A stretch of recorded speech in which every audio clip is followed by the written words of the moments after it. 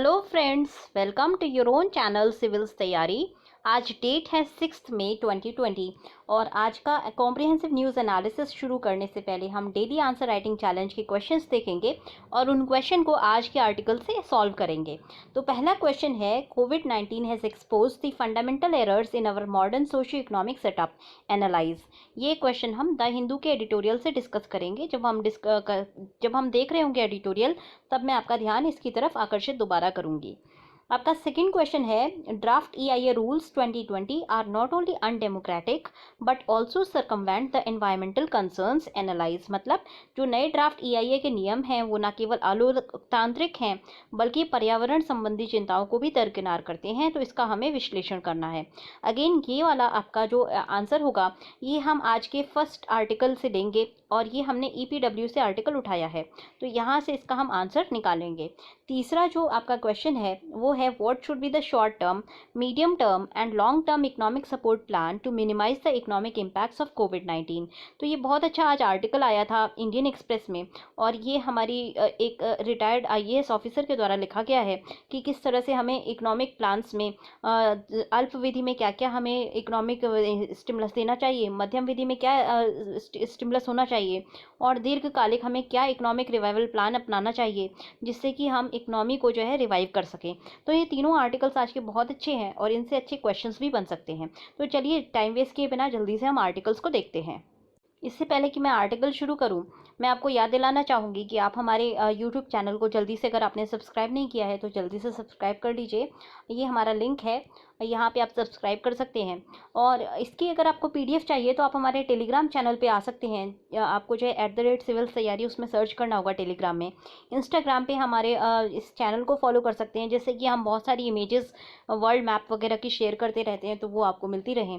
Twitter पर quick news आपको जो है शेयर हो जाएगी, क्विक जो है स्निपेट्स हम शेयर करते रहते हैं, वो भी मिल जाएगा। तो आप हमें तीनों जगह फॉलो कर सकते हैं, जिससे कि आप अपडेटेड रहें और आपकी तैयारी जो है प्रॉपर चलती रहे। अब पहला आर्टिकल जो आज हमें देखना है वो है undemocratic evasion of environmental responsibility. तो अभी जो ड्राफ्ट EIA के असेसमेंट नोटिफिकेशन आया है वो एनवायरमेंट और डेमोक्रेटिक प्रोसेस दोनों के खिलाफ है, दोनों पे इसने जो है हमला करा है, एफरंट किया है। अब गवर्नमेंट ऑफ इंडिया ने नए draft environmental impact assessment notification 2020 जो है ये सर्कुलेट किया था और ये काफ़ी इंपॉर्टेंट होता है। EIA आपने पढ़ाई होगा, शंकर से आप एनवायरमेंट पढ़ रहे होंगे तो अब आपने देखा होगा कि EIA का प्रोसेस बहुत इंपॉर्टेंट होता है, जिससे कि हम किसी भी नई एक्टिविटी का, कोई भी इंडस्ट्रियल एक्टिविटी है उसका एनवायरमेंटल इम्पैक्ट एसेस कर सकें और उस प्रोजेक्ट को अगर उसका एनवायरमेंटल इम्पैक्ट ज़्यादा होता है तो उसको हम जो है खुलने नहीं देंगे। तो बेसिकली इम्पैक्ट असेसमेंट क्या होता है, ये एक डिसीजन मेकिंग का टूल होता है जिससे कि हम डिसाइड करते हैं कि क्या प्रोजेक्ट को अप्रूव किया जाना चाहिए या नहीं किया जाना चाहिए। EIA की अगर बात करें तो 1994 में ये इंट्रोड्यूस हुआ था और उसके बाद इसकी नोटिफिकेशन रिवाइज हुई थी 2006 में और 23 मार्च 2020 को नेशनल लॉकडाउन के एक दिन पहले नए जो है आपकी 2020 EIA ड्राफ्ट नोटिफिकेशंस दिए गए थे सेंट्रल गवर्नमेंट के द्वारा और 60 डेज़ का जो है हमें नोटिस दिया गया है जिससे कि पब्लिक अपने कमेंट्स दे सके। और ये जो टाइम फ्रेम है कमेंट्स देने का, ये लॉकडाउन के टाइम फ्रेम से ओवरलैप करता है। तो बहुत सारी चीज़ें हैं जिनके बहुत सारे इश्यूज़ हैं। अब ये जो नए नॉर्म्स आए हैं इसमें हमें बहुत सारी कमियां दिखाई देती हैं, बहुत सारे इश्यूज़ हैं। पहला इश्यू क्या है कि ये जो नए नोटिफिकेशन है ये जिस तरीके से EIA होता था उसको फंडामेंटली चेंज कर देते हैं। नया ड्राफ्ट कहता है कि आप डी फैक्टो अप्रूवल दे सकते हो प्रोजेक्ट का, मतलब पोस्ट फैक्टो अप्रूवल दे सकते हो प्रोजेक्ट का। पोस्ट फैक्टो का मतलब ये हुआ, पहले आप प्रोजेक्ट खोल लीजिए, बाद में आप अप्रूवल ले लीजिए। तो अब ये देखिए, ये डिसीजन मेकिंग टूल है। डिसीजन मेकिंग टूल मतलब डिसीजन लेने से पहले जो है ये टूल अप्लाई किया जाता है। अगर आप पोस्ट फैक्टो ले लेते हो, डिसीजन लेने के बाद जो है आप एनवायरमेंटल इम्पैक्ट असेसमेंट का क्लियरेंस लेते हो, तो वो सिर्फ एक फॉर्मेलिटी हो गई, फिर वो डिसीजन मेकिंग टूल बचता ही नहीं है। तो सबसे बड़ा ये फंडामेंटल इसने जो है बिल्कुल जो इसका बेसिक था वही चेंज कर दिया है। तो ये काफ़ी एक गलत डिसीजन रहा है। प्रोविज़न है कि प्रोजेक्ट्स अगर खुल चुका है तो तब भी उनके कंस्ट्रक्शन उन प्रोजेक्ट का हो चुका है तब भी उसको जो है एनवायरमेंटल क्लियरेंस दी जा सकेगी। तो ये जो क्लियरेंसेस पहले मैंडेटरी होती थी सभी प्रोजेक्ट के लिए, वो अब 2020 के बाद पहले आप प्रोजेक्ट खोल लीजिए आराम से और बाद में एनवायरमेंटल इम्पैक्ट असेसमेंट के बाद क्लियरेंस ले लीजिए। तो ये कहीं ना कहीं करप्शन को भी जन्म देगा। तो ये जो सिस्टम है ये गलत है। ये देखिए वायलेशन है सीधे सीधे अप्रेजल कमेटी का, क्योंकि अप्रेजल कमेटी पहले जो है परवेलिंग लॉस के अकॉर्डिंग अप्रेजल करती है प्रोजेक्ट का। उसके बाद वो अगर उसका अप्रेजल नेगेटिव होता है तो प्रोजेक्ट को रिकमेंड कर दिया जाता है कि उसको वो नहीं खुलेगा। तो इसीलिए ये जो पोस्ट फैक्टो का अप्रूवल का सिस्टम है ये प्रिकॉशनरी प्रिंसिपल को वायलेट करता है। और प्रिकॉशनरी प्रिंसिपल का मतलब है प्रिंसिपल जो जहाँ पे एनवायरमेंटल सस्टेनेबिलिटी की बात करते हैं, तो ये इस प्रिंसिपल के अगेंस्ट जाता है। इसीलिए ये जो आपका पोस्ट फैक्टो अप्रूवल का सिस्टम है ये गलत है। अब इसी तरह से अगर हम बात करें अनडेमोक्रेटिक क्यों है, और ये जुडिशरी के भी अगेंस्ट जाता है, क्योंकि सुप्रीम कोर्ट ने 1 अप्रैल को साफ साफ सेंट्रल गवर्नमेंट को ये कहा था कि सेंट्रल गवर्नमेंट के पास कोई पावर नहीं है कि वो पोस्ट फैक्टो अप्रूवल दे, क्योंकि ये जो ग्राउंड होगा, ये जो पोस्ट फैक्टो अप्रूवल होगा, ये आपका डेरोगेशन होगा फंडामेंटल राइट का, क्योंकि आपका जो एनवायरमेंटल जूरिस्प्रूडेंस है उसके ये खिलाफ जाता है। और ये आपका जो जजमेंट दिया गया था DY चंद्रचूड़ जी के द्वारा दिया गया था। देखिए एनवायरमेंटल जूरिस्प्रूडेंस का मतलब ये हुआ कि अगर आपको एनवायरमेंट का सस्टेनेबिलिटी देखनी है, एनवायरमेंट का कंजर्वेशन करना है, तो आप जो इम्पैक्ट असेसमेंट है वो प्रोजेक्ट के खुलने से पहले लेते हैं। तो अगर आप प्रोजेक्ट के खुलने के बाद लेते हैं तो ये एक फॉर्मेलिटी हो गई, और इसीलिए एनवायरनमेंट की जो लॉज हैं उसका मजाक हो गया ये, और इसीलिए ये जो है आपका इलीगल होगा। तो ऐसा सुप्रीम कोर्ट का कहना था, 1 अप्रैल को सुप्रीम कोर्ट ने ऐसा कहा था। उसके बावजूद ये ड्राफ्ट के प्रोविजंस को अभी चेंज नहीं किया गया है। तो अगेन सेकेंड पॉइंट ये हो गया कि ये आपका अगेंस्ट लॉ जाता है। दूसरी चीज़ ये है, EIA का जो प्रोसेस है ये रियो डिक्लेरेशन का आउटकम था, और रियो डिक्लेरेशन में पब्लिक कंसल्टेशन को एक बहुत ज़्यादा तवज्जो दी गई थी। अब EIA का जो फाइनल ड्राफ्ट हमें प्रेजेंट किया गया है वो बिना किसी पब्लिक कंसल्टेशन के किया गया है। यहाँ तक कि गवर्नमेंट ने वाइड स्प्रेड इसको स्प्रेड भी नहीं किया था, लोगों को बस एक वेबसाइट पर डाल दिया गया है। लोगों को जो है अवेयर नहीं कराया गया है कि उनकी ओपिनियन मांगी गई है। और जब BT ब्रिंजल वाला इशू हुआ था तब काफ़ी ज़्यादा कंसल्टेशन हुई थी, नेशन वाइड कंसल्टेशन हुई थी। तो ऐसा कंसल्टेशन EIA के नोटिफिकेशन के वक्त नहीं किया गया, साइलेंटली इसको जो है अप्रूव करने की कोशिश की जा रही है। तो ये हमारी जो पब्लिक कंसल्टेशन है उसके रूल के खिलाफ जाता है। तो सेकेंड इशू ये हो गया। फाइनल तीसरा जो इशू है इसमें वो ये है कि ये जो ड्राफ्ट नोटिफिकेशन है इससे सेंट्रल गवर्नमेंट के पास एब्सोल्यूट पावर आती है कि वो किसी भी प्रोजेक्ट को स्ट्रैटेजिक प्रोजेक्ट टर्म कर सकते हैं। और एक बार एक प्रोजेक्ट को स्ट्रैटेजिक प्रोजेक्ट अगर टर्म कर दिया तो फिर उसके बारे में कोई भी इन्फॉर्मेशन पब्लिक डोमेन में नहीं शेयर की जाएगी। अब देखिए जब पब्लिक डोमेन में कोई इन्फॉर्मेशन शेयर नहीं है तो पब्लिक को ये ही नहीं पता चलेगा कि इस प्रोजेक्ट की वजह से क्या क्या एनवायरमेंटल वायलेशन हुए हैं। और जब एनवायरमेंटल वायलेशंस का पता नहीं चलेगा तो ऐसे में एक्टिविज्म करना भी मुश्किल हो जाएगा। तो इससे क्या होता है कि सेंट्रल गवर्नमेंट को अनरेस्ट्रिक्टेड पावर दी गई है, जो कि हमारे फंडामेंटल प्रिंसिपल जो होता है कि लिमिटेशन ऑन दी गवर्नमेंट, उसके खिलाफ जाता है। तो ये अनडेमोक्रेटिक एक सेटअप हो गया जहां पे एक मोनार्की की तरह सारी पावर गवर्नमेंट के हाथ में हो गई। और डेमोक्रेसी का जो बात होता है जहां पे सिविल सोसाइटी क्रिटिसिज्म करती है, अपनी जो इच्छाएं हैं उनको प्रकट करती है, वो सब चीज़ों को कर्ब कर दिया गया है। तो अगेन ये एक बहुत बड़ा इश्यू है और ये अनडेमोक्रेसी की तरफ शो करता है। इसीलिए वायलेशंस को हम सुओ मोटो रिपोर्ट नहीं कर पाएंगे और गवर्नमेंट अथॉरिटी, अप्रेजल अथॉरिटी या रेगुलेटरी अथॉरिटी कोई भी वायलेशंस को दरकिनार कर सकती है अगर कोई भी स्ट्रैटेजिक प्रोजेक्ट होगा तो। चौथा जो इशू है और फाइनल इशू है वो ये है कि इंडस्ट्री को प्लीज़ करने के लिए गवर्नमेंट ने कंस्ट्रक्शन सेक्टर को स्क्रूटनी से बाहर रखा हुआ है। बिल्डिंग और कंस्ट्रक्शन सेक्टर जो कि सबसे बड़ा ग्रीन हाउस गैस एमिटर होता है, उसको जो है इसके बहुत बड़े हिस्से को क्लियरेंस चाहिए ही नहीं। अब देखिए यहाँ पे कि ये बोला गया है कि अगर कोई प्रोजेक्ट 1.5 लाख स्क्वायर किलोमीटर से छोटा है, ज़्यादातर जो बिल्डिंग कंस्ट्रक्शन के प्रोजेक्ट होते हैं जैसे हाउसिंग बिल्डिंग हो गई या होटल हो गया, तो वो 1.5 लाख स्क्वायर किलोमीटर से छोटे ही होते हैं। और यूजुअली आपने देखा होगा कि जैसे कि कोस्टल एरिया में एकदम रिवर फ्रंट के पास होटल्स बना दिए जाते हैं, उससे इकोलॉजी को बहुत हार्म पहुंचता है। तो पहले ये था कि सभी प्रोजेक्ट्स को एनवायरमेंटल क्लियरेंसेस लेने होते थे। अभी जो बिल्डिंग और कंस्ट्रक्शन सेक्टर है इसको नहीं चाहिए एनवायरमेंटल क्लियरेंस अगर इसका साइज 1.5 लाख स्क्वायर किलोमीटर से छोटा है। तो ये चीज़ अगेन इंडस्ट्री को तो प्लीज़ करेगी, पर कहीं ना कहीं एनवायरमेंट पे एक बहुत बड़ा जो है क्षति पहुंचाएगी, एनवायरमेंट को बहुत बड़ी क्षति पहुंचाएगी। प्रोजेक्ट जिनको EIA चाहिए होता है यूजुअली वो बड़े प्रोजेक्ट होते हैं और इसमें इन्वेस्टमेंट बहुत ज़्यादा लगता है और इनका कंस्ट्रक्शन काफ़ी साल चलता है, जैसे कि बहुत बड़ी डैम्स हो गई ये सब। और एडिक्वेट टाइम जो है इनको ग्रांट किया जाना ज़रूरी होता है, फाइनेंशियल अप्रूवल होता है और इसके अलावा बहुत सारे लोग जो है इन प्रोजेक्ट्स की वजह से इम्पैक्ट होते हैं। इसीलिए यहाँ पे जो लोकल आपके स्टेक होल्डर हो गए, जैसे कि फार्मर्स हुए, ट्राइबल्स हुए, फिशरमैन हो गए, फॉरेस्ट ड्वेलर्स हो गए, ये लोग डायरेक्टली इम्पैक्ट होते हैं किसी भी एनवायरमेंटल प्रोजेक्ट्स, किसी भी बड़े प्रोजेक्ट से। इसीलिए EIA की रिपोर्ट स्टडी करना बहुत ज़रूरी होती है और ड्राफ्ट EIA का जो नोटिफिकेशन है इसीलिए इसको जो है होल्ड पे पुट कर देना चाहिए। वे फॉरवर्ड ये है कि अब जो हमने ड्राफ्ट नोटिफिकेशन डाला है उसको आप रोकिए और पब्लिक जो है कमेंट्स को सीक कीजिए और जब तक जो है वाइड डिस्कशन नहीं हो जाता, जब तक डेमोक्रेटिक डेलिब्रेशन नहीं हो जाता, तब तक ये जो आपका नोटिफिकेशन है ये आपके यूज़ नहीं आने चाहिए। अब देखते हैं नेक्स्ट आर्टिकल जो हमें पढ़ना है। गाइस, नेक्स्ट आर्टिकल से पहले जल्दी से आपको मैं फ्लो चार्ट दिखा देती हूँ, आप इसका स्क्रीनशॉट ले लीजिए और जब आप EIA की बात कर रहे हैं तो आप इसके ध्यान रखिएगा कि क्या बैकग्राउंड था, क्या क्या इश्यूज़ हैं और क्या हमारा वे फॉरवर्ड होना चाहिए। तो इससे जो सारा आर्टिकल है ये समराइज़ हो जाता है। धीरे धीरे मैं बाकी आर्टिकल्स का भी इनकॉर्पोरेट करना शुरू करूँगी, एटलीस्ट जो इंपॉर्टेंट आर्टिकल्स हैं उनका तो आपको दूंगी ही दूंगी। तो जल्दी से इसका स्क्रीनशॉट ले लीजिए जिससे कि आपको याद करने में आसानी हो। नेक्स्ट आर्टिकल हमारा क्रिएटिंग वैल्यू आफ्टर कोविड है और ये इंडियन एक्सप्रेस से लिया गया है। ये हमारे क्वेश्चन नंबर 3 को सॉल्व करेगा। तो क्वेश्चन नंबर 3 में हमने देखा था कि क्या क्या हमारी स्ट्रैटेजी होनी चाहिए शॉर्ट टर्म में, मीडियम टर्म में और लॉन्ग टर्म में। तो अब देखते हैं कि क्या क्या इकोनॉमिक स्ट्रैटेजी हमें अप्लाई करनी है।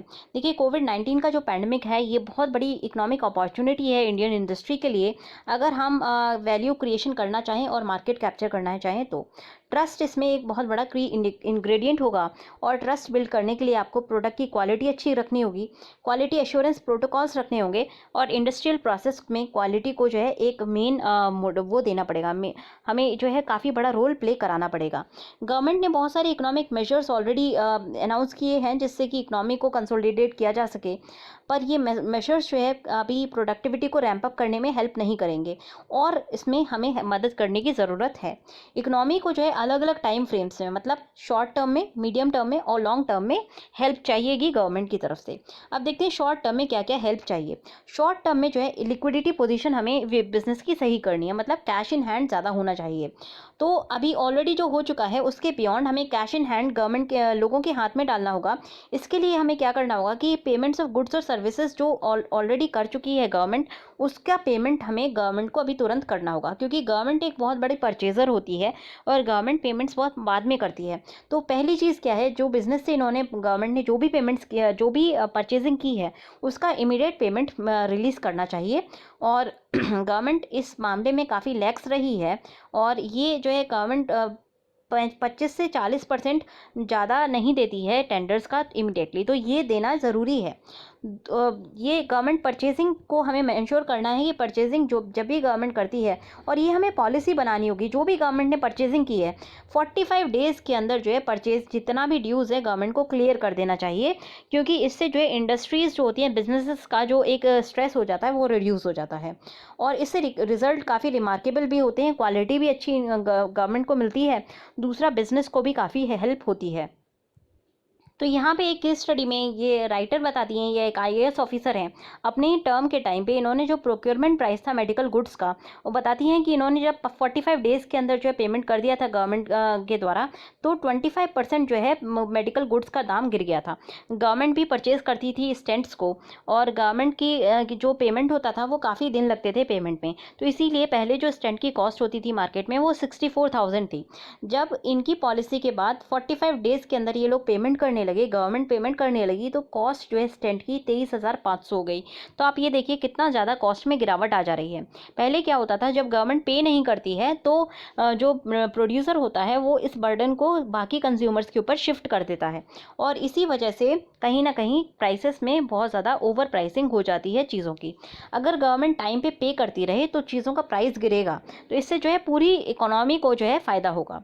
तो ये एक शॉर्ट टर्म में लिक्विडिटी पोजीशन हमें इंप्रूव करनी है उसके लिए गवर्नमेंट ने जितने भी अभी तक पेमेंट्स नहीं किए हैं बिजनेस के, तुरंत रिलीज़ करना होगा। दूसरा, मीडियम टर्म में क्या करना है? मीडियम टर्म में हमें इंस्टीट्यूशनल मैकेनिज्म जो है बनाने होंगे, जिससे कि क्वालिटी एश्योरेंस की जा सके इंडस्ट्री के अंदर। बहुत सारी बिजनेसेस में क्वालिटी एश्योरेंस को अवॉइडेबल कॉस्ट के रूप में देखा जाता है। चलता है एटीट्यूड जो है हर जगह चल रहा है इंडिया के अंदर, तो ये चलता है एटीट्यूड हमें हटाना होगा। हमें जो है ये देखना होगा कि हर बिज़नेस के अंदर क्वालिटी जो है को मैक्सिमम इम्पॉर्टेंस दी जाए, और प्राइसेस को जो है चाहे थोड़ा सा प्राइस हाई हो, पर वैल्यू चेन जो है क्वालिटी बेस्ड होनी चाहिए। क्वालिटी एश्योरेंस जो है चॉइस के बेस पे नहीं होना चाहिए। और सभी लेसन्स को ये जो लेसन है क्वालिटी एश्योरेंस का, ये फार्मा इंडस्ट्री ने बहुत अच्छे से सीख लिया है। क्योंकि देखिए फार्मा इंडस्ट्री का ना क्वालिटी एश्योरेंस चेक बहुत स्ट्रिंजेंट होता है, तो इसीलिए फार्मा बिजनेस में अगर वो क्वालिटी एश्योरेंस नहीं रखते हैं, तुरंत उनकी जो ड्रग्स होता है वो काउंटर से हटा लिया जाता है। अब यही चीज़ हमें बाकी इंडस्ट्रीज़ में भी करनी होगी, जिससे कि हमारी अबव पार क्वालिटी हो। अगर हमारी क्वालिटी अच्छी होगी तो हमारे प्रोडक्ट्स जो है बाहर बिकेंगे भी बहुत। अभी चाइना का एक बहुत बड़ी इमेज पे डेंट लगा है उसकी बेकार क्वालिटी होने की वजह से। तो ऐसे में मिसट्रस्ट चाइना के ऊपर है। इस अपॉर्चुनिटी को इंडिया भुना सकता है। इंडिया के पास लेबर फोर्स बहुत ज़्यादा है, और अगर क्वालिटी भी अगर अपने साथ इम्प्रूव करके देता है, तो कहीं ना कहीं मैन्युफैक्चरर्स धीरे धीरे चाइना से इंडिया शिफ्ट होने लगेंगे। तो ये बहुत अच्छी स्ट्रैटेजी होगी, जहाँ पे हमें क्वालिटी को जो है मेन चीज़ें बनानी होगी। क्वालिटी को जो है बहुत इंपॉर्टेंट चीज़ वैल्यू चेन में हमें इंसर्ट करना होगा, और हर इंडस्ट्री की डिलीवरी और वैल्यू चेन में इंसर्ट करना होगा। अगर इंडस्ट्री जो है अच्छी क्वालिटी के प्रोडक्ट्स बनाती है, तो गवर्नमेंट को भी इसके लिए सपोर्ट ऑफर करना पड़ेगा बैक एंड से। और इसके लिए जो है गवर्नमेंट को एक हैंड होल्डिंग सपोर्ट करना होगा बिजनेस का। उसमें 3 तरह के ग्रुप्स बनाने होंगे। पहला है डेटा एनालिटिक्स ग्रुप, जो कि रिपोर्ट्स को रीड करेगा। दूसरा होगा प्रॉब्लम सॉल्विंग ग्रुप, जो कि आपकी किसी इंडस्ट्री को प्रॉब्लम आ रही है क्वालिटी एश्योरेंस में, तो उनकी प्रॉब्लम्स को सॉल्व करेगा। और तीसरा ग्रुप जो होगा, उसको ये करना चाहिए कि मैन्युफैक्चरर्स के साथ वर्क करके प्रॉब्लम सॉल्विंग ग्रुप्स को जो है एक्सेस कराए, मैन्युफैक्चरर्स को और वर्कर्स को। ये बहुत इंपॉर्टेंट होगा, जिससे कि प्रॉब्लम सॉल्वर्स जो है सॉल्यूशन को क्राफ्ट कर सकें, और ये सॉल्यूशंस जो है बिजनेस वगैरह में एंटर हो सकें। तो ये हमें देखना होगा कि ज़्यादातर आज के मैन्युफैक्चरर्स मैट्रिकुलेट्स हैं। तो ऐसे में हमें ये देखना होगा कि अब हम क्वालिटी चेक्स को इन मैन्युफैक्चरर्स के दिमाग तक कैसे ले जाएंगे। ये प्रॉब्लम सॉल्वर ग्रुप का और ये जो लाइसेंस ग्रुप है उसका काम होना चाहिए।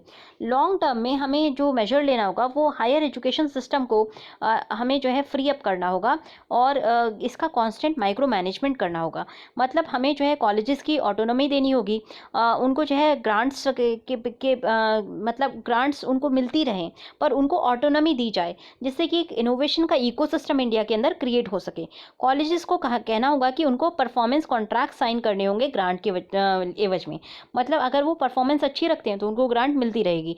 बाकी गवर्नमेंट को कोई इंटरफेरेंस नहीं करना होगा कॉलेजेस के फंक्शनिंग में। इससे जो है कॉलेजेस का फ्री होंगे कि वो लोकल बिजनेस के साथ इंटरेक्ट कर सकें, कोर्सेज को लोकल बिजनेस के बेसिस पे डिज़ाइन कर सकें, और नॉलेज को जनरेट कर सकें जो कि वैल्यूएबल नॉलेज हो। सेकेंड लॉन्ग टर्म मेजर वो हो सकता है कि हम अपने IT प्रोडक्ट्स को यूज़ करके क्वालिटी जो है चीज़ों की इम्प्रूव कर सकें। अभी देखिए 95% जो इंडिया का IT वर्क होता है वो फॉरेनर्स के लिए किया जाता है, इंडियन क्लाइंट्स के लिए नहीं किया जाता। इंडियन क्लाइंट्स को IT रिवॉल्यूशन का फ़ायदा नहीं मिला है। तो अब IT इंडस्ट्री को इंडिया स्पेसिफिक IT प्रोडक्ट्स बनाने होंगे, जिससे कि जो इंडियन मैन्युफैक्चरर्स की प्रॉब्लम्स हैं उनको हम IT सॉल्यूशंस के थ्रू सॉल्व कर सकें। फाइनल जो चीज़ करनी होगी, जो भी करप्ट ऑफिशियल है उसके ऊपर स्विफ्ट और सर्टेन पनिशमेंट दिया जाना चाहिए, जिससे कि एक ट्रस्ट की बिल्डिंग हो सके स्टेट और बिजनेस के बीच में। इससे बिजनेसेस फ्री होंगे कि वो वैल्यू क्रिएट कर सके। तो ये बहुत अच्छा एक आर्टिकल था, जहाँ पे हम वैल्यू क्रिएशन की इकोनॉमी की बात कर रहे हैं, और वैल्यू क्रिएशन इकोनॉमी में क्या क्या हमारे क्या क्या चीज़ों को हम इम्प्लीमेंट कर सकते हैं वो हमने देखा। तो अब बढ़ते हैं द हिंदू की तरफ। द हिंदू में आज हम सारे ही एडिटोरियल्स को देखेंगे, बट हमारा आंसर सॉल्व करने के लिए ये वाला क्वेश्चन इंपॉर्टेंट है, ये वाला जो आर्टिकल है ये इंपॉर्टेंट है, pathways to a more resilient economy. और इस आर्टिकल से हम अपना क्वेश्चन नंबर 1 सॉल्व करेंगे, जहाँ पे हमने देखा था कि इकोनॉमी बिजनेस वगैरह को रीडिज़ाइन करने के लिए क्या क्या बेसिक फंडामेंटल चेंजेस हमें लाने होंगे। तो हमारे फंडामेंटल्स को, मतलब जो हम आज तक समझते आए थे इंपॉर्टेंट चीज़ें, उनको जो है चैलेंज किया गया है कोविड के द्वारा। और इस चैलेंज को हम पॉजिटिवली लेकर के किस तरह से एक नई इकोनॉमी, नई इस सोसाइटी बिल्ड कर सकते हैं, वो इस आर्टिकल में डिस्कस किया गया है। तो चलिए देखते हैं। कोई भी कैटास्ट्रॉफी होती है ना, तो वो सिस्टम की प्रॉब्लम्स को जो है बहुत जल्दी दिखाती है, शो करती है, और रीमर्ज करने के लिए हमें इन प्रॉब्लम्स को एड्रेस करना काफ़ी ज़रूरी होता है। तो ये देखिए, कोई मशीनरी सिस्टम नहीं है जहाँ पे मशीन में कोई ब्रेकडाउन हुआ लीवर, उसको सही कर दिया तो वो सही हो जाएगा, वर्क करने लगेगा। ये एक इकोनॉमिक सिस्टम है, और इकोनॉमिक सिस्टम एक लिविंग सिस्टम होता है। लिविंग सिस्टम मतलब यहाँ पे जो चेंजेस होते हैं वो डायरेक्ट हमारे कभी कभी जो कैटास्ट्रॉफी वगैरह होती है उससे पॉजिटिव चेंजेस भी हम कर सकते हैं। तो हम कोविड की अगर बात करें तो कोविड की जो कैटास्ट्रॉफी है उसने हमारे जो इकोनॉमी के बेसिक हमारे फंडामेंटल्स थे उनको चैलेंज करने का काम किया है। और ये चैलेंजेस हम देखते हैं कि ये जो हमें 50 साल, पिछले 50 साल से जो भी हम स्टडी कर रहे हैं ना इकोनॉमिक्स की, जैसे हम जीडीपी की स्टडी कर रहे हैं या फिर हम मान लीजिए मनी की स्टडी कर रहे हैं, तो इन सभी फंडामेंटल्स को चैलेंज करने का काम किया है कोविड-19 ने। और देखते हैं कि क्या क्या इसने जो है चैलेंज किया है। पहली चीज़ डी ग्रोथ की बात की है। तो अभी तक जो है सभी कंट्रीज़ का, इकोनॉमीज़ का जो एक ऑब्सेशन होता है वो जीडीपी के लिए होता है, और जीडीपी को जो है सब सुप्रीम गोल माना जाता है प्रोग्रेस का। और इसको जो है कई बार ही चैलेंज भी किया गया, जैसे भूटान कहता है कि हम ग्रॉस नेशनल हैप्पीनेस को काउंट करेंगे, क्योंकि वो जानता है कि जीडीपी कहीं ना कहीं एक सही इंडिकेटर नहीं है। तो डी ग्रोथ का एक मॉडल जो है अब ज़्यादा तूल पकड़ेगा कोविड-19 के बाद, क्योंकि ये पता चला है कि ये जो जीडीपी के एक मॉडल रहा, जीडीपी से जो हम ग्रोथ कैलकुलेट करते हैं ये सही मॉडल नहीं है। बहुत सारे नोबेल लॉरियट्स जैसे कि अमर्त्य सेन हो गए, अभिजीत बैनर्जी हो गए, एस्टर डुफ्लो हो गए, इन्होंने जो है बाकी फेलो इकोनॉमिस्ट को कहा है कि आप फंडामेंटल्स को दोबारा सोचिए इकोनॉमिक्स के, और जीडीपी के बारे में एक सीरियस डिस्कशन करने की ज़रूरत है। डी ग्रोथ की अगर हम बात करें तो इसमें ये एक मैनिफेस्टो 170 डच एकेडमिशियंस के द्वारा दिया गया है। उसमें इन्होंने डी ग्रोथ के लिए 5 क्वेश्चंस पूछे हैं।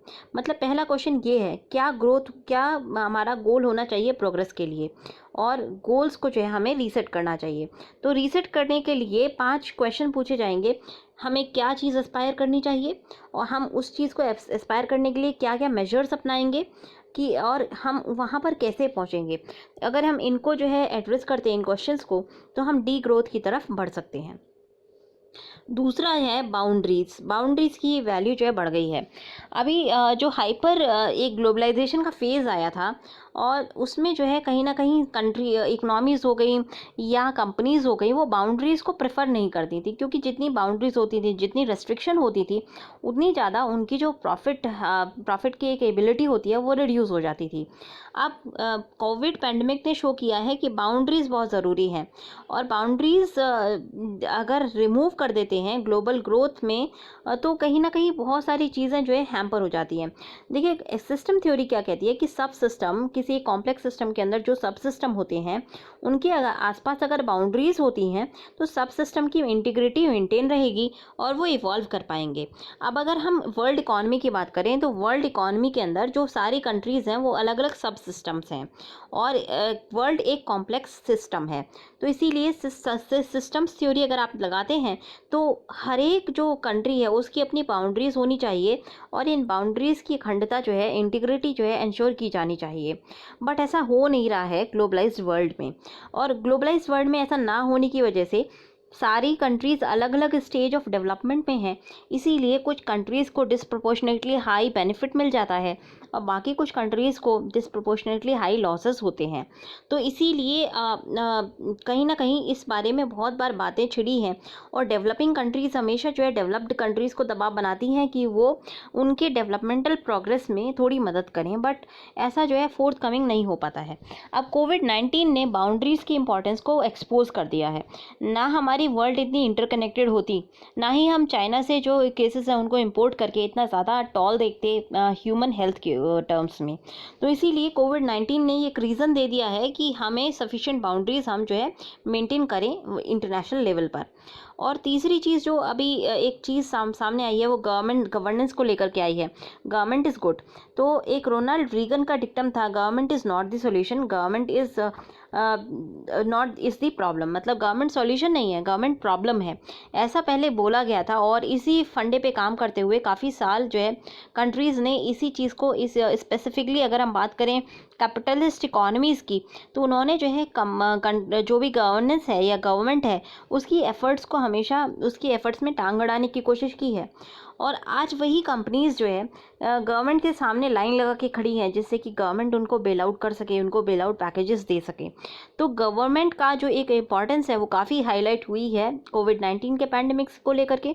चाहे उसमें जो है गवर्नमेंट हॉस्पिटल्स की इम्पॉर्टेंस हो, किस तरह से वो सामने खड़े होकर के जो है कोविड का पैंडेमिक रोकने की कोशिश कर रहे हैं, या फिर आप गवर्नमेंट के बेल आउट पैकेजेस की बात करें, तो गवर्नमेंट्स जो है सभी कंट्रीज़ में, चाहे वो कैपिटलिस्ट इकॉनमी हो चाहे वो सोशलिस्ट इकॉनमी हो, गवर्नमेंट सभी कंट्रीज़ में बेल आउट पैकेजेस दे रही है, फिस्कल स्टिमुलस डिज़ाइन कर रही है, जिससे कि आम जनता को प्रॉब्लम्स ना हो। नेक्स्ट चीज़ जो हमारे सामने आई है वो ये है कि मार्केट सबसे अच्छी सॉल्यूशन नहीं होते हैं। मनी कन्वीनियंट होती है करेंसी मार्केट को मैनेज करने के लिए और ट्रांजैक्शन बिजनेस का ट्रांजैक्शन करने के लिए, पर जब भी गुड और सर्विसेज को मार्केट के हवाले छोड़ दिया जाता है तो यूजुअली जो जिनके पास जिनको जिस चीज़ की ज़रूरत नहीं है वो लोग जो है परचेजिंग करने लगते हैं, और कुछ लोग ऐसे होते हैं जिनको ज़रूरत है वो लोग जो है उसको ले नहीं पाते हैं। तो ये जो है इससे इनइक्वालिटीज़ बढ़ती हैं। अगर आप पिछले 50 साल में देखेंगे ना तो इनइक्वालिटीज़ काफ़ी तेज़ी से बढ़ी हैं। वेल्थ तो बढ़ी है लोगों की, अमीर लोग काफ़ी अमीर हुए हैं और गरीब लोग काफ़ी गरीब हुए हैं। तो इनइक्वालिटीज़ काफ़ी बढ़ी हैं पिछले 50 साल में, जब से हमने एक कैपिटलिज्म की एक फ़िलॉसफी को बहुत ज़्यादा सुप्रीम तवज्जो दी है, तब से पॉवर्टी भी बढ़ी है और इनइक्वालिटीज़ भी बढ़ी हैं। तो इनको अब एड्रेस करने की ज़रूरत है। पांचवी चीज़ जो इकॉनमी के सामने आई है वो ये है सिटीजन्स का रोल। सिटीज़न वेलफेयर का ज़्यादा इंपॉर्टेंट है कंज्यूमर वेलफेयर से। मार्केटिंग की भाषा में कहें या बिजनेस की भाषा में कहें तो हमें यही सिखाया जाता है कि consumer is the king. But consumer से आगे बढ़ के एक और जो सबसेट होता है वो होता है सिटीज़न का, और सिटीज़न की इंपॉर्टेंस जो है सामने आई है। कैपिटलिस्ट इकॉनमीज़ में या मार्केटिंग इकॉनमी में जनता को दो पार्ट में डिवाइड कर दिया जाता है, कंज्यूमर और प्रोड्यूसर। जबकि एक सोसाइटी के अंदर, एक नेशन के अंदर जनता दो पार्ट्स में होती है, सिटीजन्स और आपकी गवर्नमेंट। तो सिटीजन्स की जो इम्पोर्टेंस है वो सामने आई है। जब हम कंज्यूमर की बात करते हैं तो कंज्यूमर्स को हमें क्या करना होता है कि उनको जो है आपने प्रोडक्शन किया और उन्होंने जो है कंज्यूम किया, बात ख़त्म हो गई, ट्रांजैक्शन वहीं ख़त्म हो जाता है। पर सिटीजन्स की बात, सिटीजन्स की नीड्स जो है हाई होती हैं, वहाँ पे इक्वालिटी हमें देनी होती है, जस्टिस देना होता है, सोशल हार्मनी देनी होती है। और आज के टाइम में सिटीजन्स की इम्पोर्टेंस अब सामने निकल के आई है, क्योंकि सभी सिटीजन्स जो है वो सफ़र कर रहे हैं। अगर हमने जस्टिस, डिग्निटी, सोशल हार्मनी पहले ही दी होती तो कहीं ना कहीं इतनी तेज़ी से केसेस ना बढ़ते। एग्जाम्पल है केस इन पॉइंट सिंगापुर का, जहाँ पे जो है सिटीजन्स को और बाकी स्टेट्स के लोगों को डॉर्मेट्रीज़ में सही से एक जो लिविंग कंडीशंस हैं वो इम्प्रूव नहीं की गई, इसीलिए बहुत तेज़ी से स्पाइक देखा गया केसेस में सिंगापुर के अंदर। तो कोई भी सेक्शन अगर हम इग्नोर करते हैं तो कहीं ना कहीं उसी सेक्शन से उसकी सेक्शन की वल्नरेबिलिटी बढ़ जाती है और उसी सेक्शन से बहुत तेज़ी से वायरस का लोड बहुत तेज़ी से फैल सकता है। तो ये इंपॉर्टेंस हमारे सामने जो है सिटीजनरी की आई है। नेक्स्ट हमें देखना है कि कंपटीशन को रिस्ट्रेन करने की ज़रूरत है। कोलैबोरेशन एक बहुत इंपॉर्टेंट चीज़ है। कोलैबोरेशन जो है प्रोग्रेस के लिए काफ़ी ज़रूरी है। बचपन से लेकर के स्कूल लाइफ से लेकर के एडल्ट लाइफ तक हमें सिखाया जाता है compete करना। जब भी हमारे कम मार्क्स आते हैं तो पेरेंट्स हमारे जो है हमें कंपेयर करते हैं हमारे फ्रेंड्स के साथ। और सबसे पहले अगर आपको याद भी होगा, अगर आपके कम मार्क्स आते थे तो पेरेंट्स को आप सबसे पहले यही बताते थे कि पूरी क्लास के कम नंबर आए हैं। तो एक कॉम्पिटिशन की एक जो भावना है ना, वो बचपन से ही हमारे अंदर इनग्रेन कर दी जाती है। लोग आपस में कम्पीट करते हैं, स्टूडेंट्स आपस में कम्पीट करते हैं, नेशंस आपस में कम्पीट कर रहे हैं, इंटरनेशनल ऑर्गेनाइजेशंस इंटरनेशनल लेवल पे देखा जाए तो सभी आपस में कम्पीट कर रहे हैं। ऐसे में जो कोलैबोरेशन का एक वो है, कोलैबोरेशन कहीं ना कहीं बज़वर्ड जो था वो पीछे हटता चला जा रहा है। पर पैंडेमिक ने ये एक्सपोज किया है कि अब देखिए वैक्सीन के लिए कंट्रीज़ कोलैबोरेट करके वर्क कर रही हैं। तो हम वैक्सीन के लिए अगर कोलैबोरेशन कर सकते हैं, इनोवेशंस के लिए हम एक हेल्थ केयर में इनोवेटिव फैसिलिटीज़ लाने के लिए हम अगर कोलैबोरेशन कर सकते हैं, तो बाकी बाकी फील्ड्स में क्यों नहीं कर सकते। और अगर हम कोलैबोरेट करते हैं तो उससे सभी का फ़ायदा होगा। तो कोलैबोरेशन एक काफ़ी ज़रूरी चीज़ है और ये इसका जो इम्पोर्टेंस है वो अब कोविड के पैंडमिक ने एक्सपोज की है। कोलैबोरेशन अगर हम करते हैं तो एसडीजीज़ को भी हम जल्दी रीच कर पाएंगे और डाइवर्स स्टेक होल्डर्स एक साथ आएंगे और अलग अलग कंट्रीज़ के अंदर जो है एक पॉजिटिव सा माहौल डेवलप होगा और आपस में भी जो डिप्लोमेटिक रिलेशंस हैं वो भी इम्प्रूव होंगे। नेक्स्ट हमें देखना है इंटेलेक्चुअल प्रॉपर्टी, ये पब्लिक को बिलोंग करती है। अर्थ के रिसोर्सेज को कंजर्व करना काफ़ी ज़रूरी है। तो अगर हम फिजिकल रिसोर्स की बात करें वो लिमिटेड क्वांटिटी में है, इसी तरह से अगर हम इंटेलेक्चुअल रिसोर्स की बात करें तो वो भी एक लिमिटेड क्वांटिटी में ही है। और इंटेलेक्चुअल प्रॉपर्टी जो है का जो भी जिसके नाम होती है वो डिस्प्रोपोर्शनेटली हाई बेनिफिट ले जाता है इंटेलेक्चुअल प्रॉपर्टी का। अब अगर हम इंटेलेक्चुअल प्रॉपर्टी की बात करें तो ये जो है मोनोपोलाइजेशन हो रहा है इसकी वजह से लोगों को काफ़ी ज़्यादा बेनिफिट होता है, कुछ लोगों को ज़्यादा बेनिफिट होता है। बट अगर इंटेलेक्चुअल प्रॉपर्टी की बात करें तो ये सदियों की हमारी ट्रेडिशनल नॉलेज, हमने जो सीखा है इतने सालों से, जो हमारा इवोल्यूशन हुआ है उसके बेसिस पे ही इंटेलेक्चुअल प्रॉपर्टी जो है डेवलप हुई है। तो ऐसे में किसी एक पर्टिकुलर सेक्शन को ज़्यादा पावरफुल बना देने से दिक्कतें होती हैं। केस इन पॉइंट है कोविड के वैक्सीन का। अब मान लीजिए वैक्सीन बनाई जाए और सक्सेसफुल हो भी जाए, अब वो उसके कॉस्ट बहुत ज़्यादा होती है तो सभी लोग उसको एफर्ड नहीं कर पाएंगे। इसीलिए एक इंटेलेक्चुअल प्रॉपर्टी को एक डेमोक्रेटाइजेशन प्रोसेस रखना चाहिए और इसको भी धीरे धीरे जो है इसके ऊपर जो मोनोपोली है उसको शट डाउन करने की ज़रूरत है। फिर नेक्स्ट हमारे सामने जो आया पैराडिम शिफ्ट में, वो ये आया है कि क्राइसिस में जो के टाइम में जो हमें अपना नज़रिया चेंज करने की बात होती है वो इजी नहीं होता और रेजिस्टेंस आती है सोशल सेक्टर से, इकोनॉमिक सेक्टर से, पॉलिटिकल पावर से। सभी लोगों से जो लूज़ कर जाएंगे इस प्रेजेंट सेटअप में उनकी तरफ से जो है एक रेजिस्टेंस देखने को मिलता है। फाइनेंशियल क्राइसिस जो 2008 का था वो लिक्विडिटी क्राइसिस था और सिस्टम में जैसे ही हमने लिक्विडिटी डाल दी सिस्टम सही से वर्क करने लगा। बट कोविड-19 का पैंडमिक डिफरेंट है। यहाँ पे जो हमारे प्रॉब्लम्स आई हैं वो हमारी स्ट्रक्चरल प्रॉब्लम्स हैं और स्ट्रक्चरल प्रॉब्लम के लिए आप लिक्विडिटी डाल करके उसको सॉल्व नहीं कर सकते। तो जैसे एक गाड़ी ख़राब हो जाती है ना, उसका अगर ब्रेक ख़राब हो जाता है तो जब तक आपने जो है ब्रेक को सही नहीं किया तब तक गाड़ी प्रॉपर नहीं चल पाएगी, आप कितना भी पेट्रोल डाल दें। तो इसी तरह से इकोनॉमी के जब तक स्ट्रक्चरल चेंजेस को हमने एड्रेस नहीं किया तब तक हम कितना भी लिक्विडिटी डाल दें इकॉनमी जो है प्रॉब्लम को फेस करेगी। इसीलिए इम्पॉर्टेंट ये है कि सारे जो डोमेन एक्सपर्ट्स हैं वो आपस में आएँ, बातचीत करें, कोलैबोरेट करें और नए सॉल्यूशंस दें इन सभी पॉइंट्स को लेकर के। इनोवेशन की बहुत ज़रूरत होती है सभी लेवल्स पर और इसी इनोवेशन की वजह से ही वर्ल्ड रिजिलियंट बनता है और जस्टिस प्रिवेल करता है। इनोवेशन बहुत ज़रूरी है इकोनॉमी की डिज़ाइन में और इनोवेशंस को रिक्वायर किया जाएगा बिजनेस मॉडल के अंदर भी, न केवल बिजनेस के सर्वाइवल के लिए बल्कि बिजनेस जो है आगे आने वाले टाइम में किसी भी प्रॉब्लम से जूझ सके उसके लिए रेजिलियंस ज़रूरी है। तो रीडिज़ाइनिंग करनी होगी हमें इकॉनमी की और बिजनेसेस की और इसके लिए बहुत कुछ टफ क्वेश्चंस पूछने होंगे, जैसे कि हमारी इकोनॉमिक ग्रोथ का पर्पस क्या है, हमारे बिजनेस का पर्पस क्या है, हमारे इंस्टीट्यूशन का पर्पस क्या है, हमारी ज़िंदगी का पर्पस क्या है, हमारी नीड्स क्या हैं और उन नीड्स को पूरी करने के लिए कौन कौन से इंस्टीट्यूशन किस किस तरह से हमारी जो है कोलैबोरेट करके हमारी एग्जिस्टेंस की जो डिज़ायर है उसको फुलफ़िल करेंगे। तो बहुत अच्छा आर्टिकल था, आई होप आपको अच्छा लगा होगा। तो आगे मूव ऑन करते हैं, 2 छोटे आर्टिकल्स को देखते हैं, उसके बाद बड़ा आर्टिकल देखेंगे। नेक्स्ट आर्टिकल जो आज हमें देखना है वो है डेंजरस ड्रिफ्ट। तो ये आर्टिकल पढ़ते पढ़ते थोड़ा सा दुख भी होता है क्योंकि जो एनकाउंटर्स हैं ना कश्मीर के अंदर वो बहुत तेज़ी से बढ़ रहे हैं और उसकी वजह से हमारे सिक्योरिटी पर्सनल जो काफ़ी ट्रेंड होते हैं उनकी जानें जा रही हैं। तो पिछले सैटरडे 4 सोल्जर्स और एक पुलिस ऑफिसर की एक एनकाउंटर में मृत्यु हो गई और उन शहीदों के लिए हमारे दिल से, तहे दिल से नमन। और हंदवाड़ा में ये एक ट्रेजेडी हुई थी, बहुत अनयूजुअल ट्रेजेडी है और इसमें जो है 2 टेररिस्ट शायद इन्वॉल्व थे और हमारे जो 5 सोल्जर्स हैं उनकी मृत्यु हो गई। तो देखा जाए तो डिस्प्रपोर्शनेटली हाई एक मृत्यु का दर रहा हमारी सिक्योरिटी फोर्सेस का और इसने कहीं ना कहीं न केवल हमारी सिक्योरिटी फोर्सेस का मोरल डाउन करने का काम किया है बल्कि एक दिखाया है कि इस तरह का जो एक ड्रिफ्ट आ रहा है वो काफ़ी डेंजरस है आगे की हमारी सिक्योरिटी कंसर्न्स के लिए। तो डिटेल्स अभी स्केची हैं, सारे प्रोवाइड नहीं हुए हैं, बट कंपेलिंग एविडेंस ये है कि कुछ ना कुछ तो इस ऑपरेशन में बहुत गड़बड़ हो गया था। तो हमारे जो शहीद हुए हैं जवान उनमें कर्नल आशुतोष शर्मा थे 21 राष्ट्रीय राइफल्स के, मेजर अनुज सूद थे, नायक राजकुमार थे, राजेश कुमार थे, लांस नायक दिनेश सिंह थे और जम्मू एंड कश्मीर पुलिस के सब इंस्पेक्टर शकील काजी थे। ये लोग इन लोगों ने एक बिल्डिंग को घेर लिया था और उसके जो है काऊ शेड से, मतलब जहाँ पे गाय भैंस बांधी जाती हैं, वहाँ से कंटिन्यूसली फायरिंग की आवाज़ आ रही थी और बहुत इंटेंस फायरिंग हुई। फायर फाइट काफ़ी देर तक चलती रही और सारी जो एनिमी फायर थी वो काऊ शेड से आ रही थी, बिल्डिंग से नहीं आ रही थी।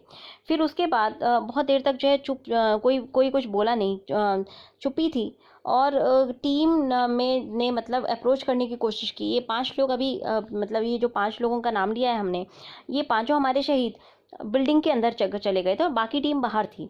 तो बहुत देर से जब उनके जो आपका इक्विपमेंट था, जो ट्रांसमीटर्स वगैरह थे, उस पर जब कोई आवाज़ नहीं आई तो टीम ने अंदर अप्रोच किया और जब ये घर के अंदर आए तो बहुत तेज़ी से फिर से दोबारा फाइट हुई और कम्युनिकेशन कुछ नहीं हो रहा था कर्नल और उनकी टीम से। बाद में ये नोटिस किया गया कि कम्युनिकेशन इंस्ट्रूमेंट तो उनका जो है टेररिस्ट के द्वारा यूज़ किया जा रहा था और जैसे ही ये रियलाइजेशन आया तब सबको पता चला कि शायद हमारे जवानों के साथ कुछ गड़बड़ हुआ है और इस तरह से फिर ऑपरेशन को जो है काफ़ी तेज़ी से कंक्लूड किया गया और जब कंक्लूड हुआ उस वक्त 7 डेड बॉडीज़ मिली थी, उनमें से 5 हमारे शहीदों की थी। तो ये जिस तरह से ऑपरेशन ख़त्म हुआ है उसकी रेमिफिकेशंस होंगी मोरल के ऊपर। आगे भी देखिए इस तरह के ऑपरेशंस, मिलिट्री ऑपरेशंस कश्मीर के अंदर कॉमन है। वहाँ हाउसेस के अंदर होलअप हो जाते हैं टेररिस्ट, सूचना मिलती है, हमारे जवान जाते हैं और वहाँ पे एक इस तरह की कंडीशंस होती हैं कि कुछ पता नहीं होता है, हमेशा अपनी जो है हथेली पर जान लेकर के जाते हैं। अब अगर हम ये मेजर शर्मा की बात करें तो जाने से पहले इन्होंने अपने घर पे कॉल करके बोला था कि शायद मैं वापस ना आ पाऊँ। कर्नल शर्मा की बात करें तो एक दिन पहले इनकी पुत्री का जो है बर्थडे था, 1 मई को, 2 मई को इनको वीरगति प्राप्त हुई है। तो 1 मई को इन्होंने घर पे बताया था कि मेरे ऊपर जो है 1500 जवानों का एक रिस्पॉन्सिबिलिटी है और इस ऑपरेशन में वो वापस नहीं आ पाए। बहुत जाबाज सिपाही थे, बोलते बोलते मेरी आंखें भी नम हो रही हैं और शायद आपको भी इस चीज़ का दुख होगा। तो बहुत जाबाज सिपाही थे। अभी तक इनको जो है कई सारे इन्होंने वीरता पुरस्कार भी लिए थे और इस तरह का एक जाबाज सिपाही इस तरह के ऑपरेशन में मारा जाए तो ये अपने आप में बहुत बहुत ज़्यादा, आप आर्मी में देखिए उन लोगों के, जो लोग वहाँ पे इस हॉस्टाइल क्लाइमेट में काम करते हैं, उनका मोरल बहुत डाउन हुआ होगा क्योंकि किसी ने सोचा नहीं था कि इतने 5 जो है इतने हमारे ट्रेंड और इतने ज़्यादा जो है वीर जो हमारे सैनिक होंगे इस तरह से जो एम्बुश में धर लिए जाएंगे और इस तरह से उनकी जो है मृत्यु हो जाएगी। तो हालांकि वो ऑपरेशन पे जा रहे थे बट किसी ने ये नहीं सोचा था कि इतना हाई टॉल होगा हमारे सिक्योरिटी पर्सनल्स का। तो ये एक जो डेंजरस ड्रिफ्ट आया है इसमें, इससे जो है बहुत रैमिफिकेशंस होंगे मोरल के ऊपर। ऑपरेटिंग जो प्रोसीजर हैं उस पर क्वेश्चन मार्क खड़ा होता है। आगे फ्यूचर वाले ऑपरेशंस पे भी एक बहुत बड़ा सवाल खड़ा होता है और ये हमारा जो प्रॉक्सी वार का थिएटर है इसमें जो है कहीं ना कहीं ये एक बहुत लो पॉइंट इसको आप बोल सकते हैं। अब एनकाउंटर की जो डिटेल्स हैं वो काफ़ी देर तक सामने नहीं आई थी और संडे को फ्लाई पास्ट और सोलिडेरिटी के वक्त ही हमें इस डिटेल इन सब के बारे में सही से पता चला था। देखिए जम्मू एंड कश्मीर का स्टेटस चेंज करने के बाद कहीं ना कहीं था कि हम इन तो गवर्नमेंट का यही मानना था कि कहीं ना कहीं हम जो है सिक्योरिटी के जो इंसिडेंसेस होते हैं उनको बेहतर कर पाएंगे अगर हम स्टेटस चेंज कर देते हैं। और देखने में ये आया क्या है, अभी डेंजरस बहुत ड्रिफ्ट अभी भी जम्मू एंड कश्मीर में चालू है और हमें ये रियलाइज़ करना होगा कि जम्मू एंड कश्मीर में हमारे जो रिटर्न्स हैं वो डिमिनिश ही हो रहे हैं और अब हमें ज़रूरत है कि इस ट्रेंड को, डिमिनिशिंग रिटर्न के ट्रेंड को हम अरेस्ट कर पाएँ, जिससे कि हमारे जाबाज सिपाहियों को बार बार वहाँ पे जान ना देनी पड़े। अगर आप टॉल का पूरा देखेंगे ना टेररिज्म की वजह से, तो बहुत हैवी टॉल हमारे सिक्योरिटी पर्सनल्स को देनी पड़ी है 1990 से लेकर के आज तक। और इसका एक सोल्यूशन लॉन्ग टर्म की, अब एक लॉन्ग टर्म सोल्यूशन की ज़रूरत है क्योंकि कब तक हम इस तरह अपने शहीदों को कंधे देते रहेंगे, ये एक बहुत बड़ा क्वेश्चन मार्क है। और एज ए सोसाइटी हमें डिसाइड करना होगा, अपनी प्रायोरिटीज़ सही करनी होंगी और इस समस्या को जड़ से ख़त्म करने की अब ज़रूरत हो जाती है। नेक्स्ट हमें देखना है मार्क ऑफ ज़ीरो। बहुत इंपॉर्टेंट आर्टिकल है ये। केरला के कुछ स्टेप्स हैं जिनसे जो है फॉलो करना ईजी नहीं है बट वायरस पूरी तरह से ज़ीरो का मार्क रीच कर गया है। तो कंटेनमेंट स्ट्रैटेजीज़ केरला में जो है काफ़ी जल्दी अप्लाई कर दी गई थी और केस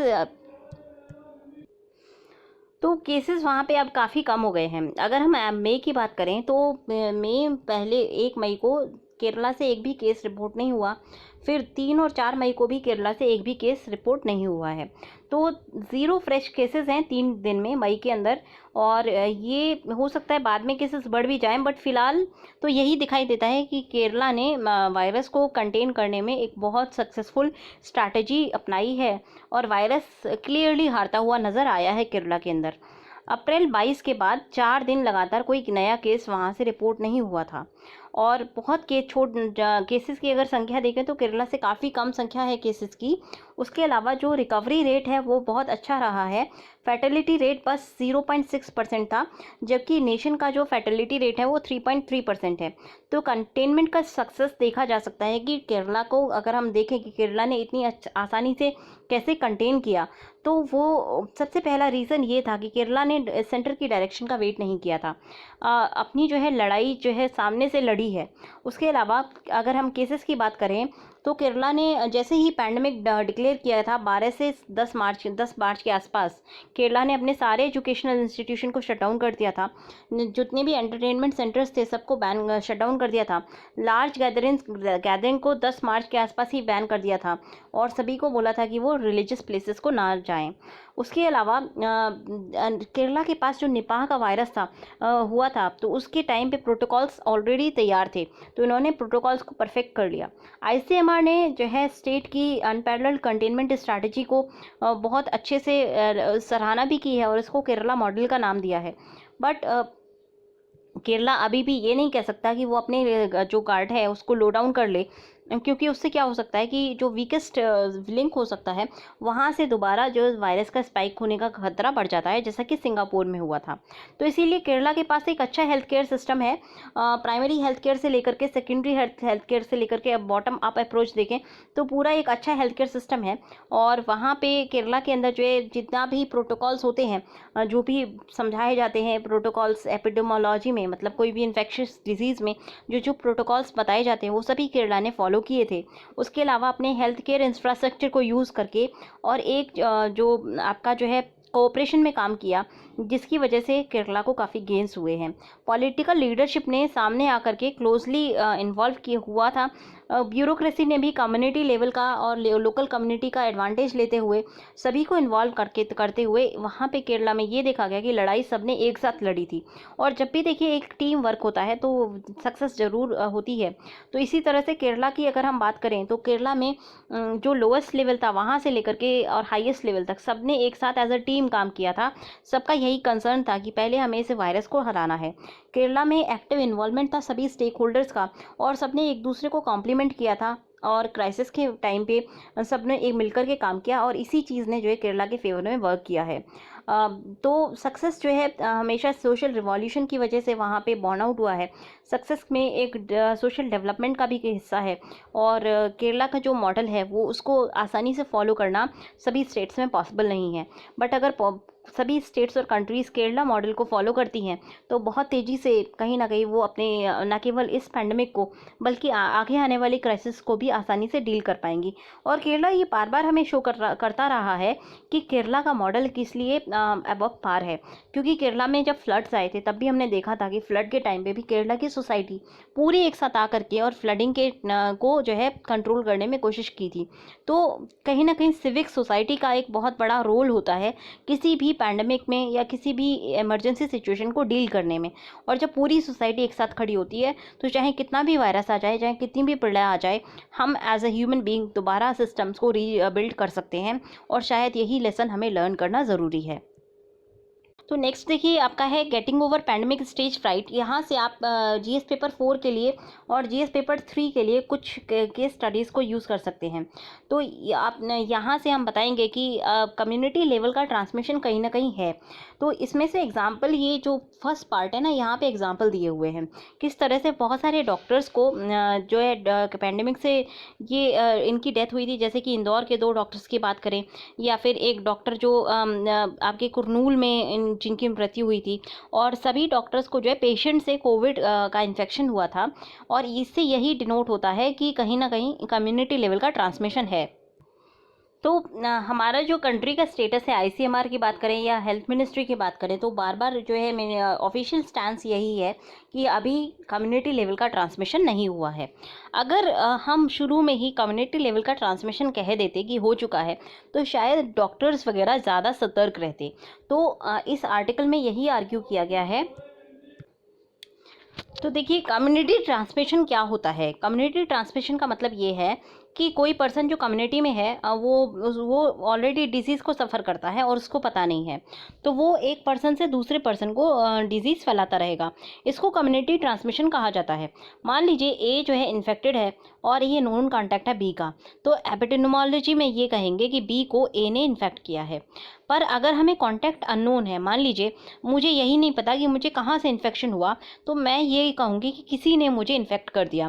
तो ये यही हुआ, किसी ने इन्फेक्ट कर दिया, मतलब कम्युनिटी ने मुझे इन्फेक्ट कर दिया। इसी को हम कम्युनिटी ट्रांसमिशन कहते हैं। तो इस आर्टिकल में क्या इंपॉर्टेंट था, इस आर्टिकल में हमें देखना है कि कम्युनिटी ट्रांसमिशन क्या होता है। दूसरी चीज़ हमें जो है बाकी टर्म्स देखने हैं, जैसे कि आपका लोकल इन्फेक्शन क्या है। तो एक आपका होता है कि कोई पैंडेमिक किसी पर्टिकुलर कंट्री से या किसी पर्टिकुलर साइट से इमर्ज होता है, तो वो साइट आपकी हॉटस्पॉट साइट होती है या फिर आपकी बर्थ साइट होती है, साइट 0 होती है। वहाँ से जो है जब ये पैंडेमिक बाकी कंट्रीज़ में फैलता है तो उसको कहते हैं इम्पोर्टेड केसेस। फॉर एग्जांपल, ये कोविड का जो केस है ये चाइना के लिए लोकलाइज केस है और बाकी कंट्रीज़ के लिए इम्पोर्टेड केसेस हैं। ये इम्पोर्टेशन का मतलब हुआ कि जब कोई ट्रैवलर ट्रैवल कर रहा था, वो इन्फेक्ट हो गया और उसने ट्रैवल की वजह से जब वो दूसरी कंट्री में पहुँचा तो उसने इन्फेक्शन को दूसरी कंट्री में शिफ्ट कर दिया, तो इसको हम इम्पोर्टेड केसेस कहते हैं। सभी कंट्रीज़ में कोविड का जो केस है वो इम्पोर्टेड केस है। इम्पोर्टेशन के कॉन्टैक्ट से जो है बाकी होस्ट कंट्री में इन्फेक्शन फैलता है और इसको फिर हम लोकल ट्रांसमिशन कहते हैं। तो इम्पोर्टेड ट्रांसमिशन का मतलब कोई फॉरेन ट्रैवलर जब सफ़र करता है तो वो इम्पोर्ट करके लाता है डिजीज़ को, और फॉरेन ट्रैवलर से अगर मान लीजिए इंडियन ए को जो है डिजीज़ हो गई, तो ये हमारा जो है लोकल ट्रांसमिशन होगा। और लोकल ट्रांसमिशन से मान लीजिए ए ने बी को इन्फेक्ट किया और बी को पता नहीं था और उसने सी और डी को इन्फेक्ट कर दिया।